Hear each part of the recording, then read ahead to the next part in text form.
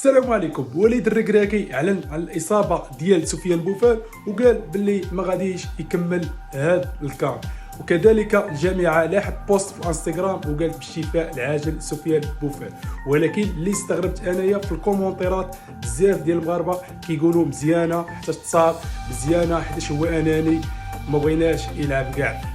اللي كيقول هاد الهضره اختي ولا خويا بالنسبه لي كيقول هاد الهضره راه ما كيعرف لا كره لا والو. علاش؟ شكون اللي غيعوض سفيان بوفال في البوست ديالو؟ غادي تقولوا لي الزلزولي راكم شفتوه في الماتش ديال تنزانيا مع النصيري، جوج محاولات كان يقدر يرفعهم النصيري ولكن طمع فيهم وعطلهم ومشاو بيليك.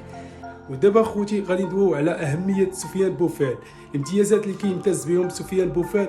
كما كتشوفوا سفيان بوفال كيحتفظ بالكره وكيصيد اخطاء اللي كيلعبهم حكيمي وزياش، وكما كتشوفوا افريقيا فيها واحد الضغط رهيب على حامل الكره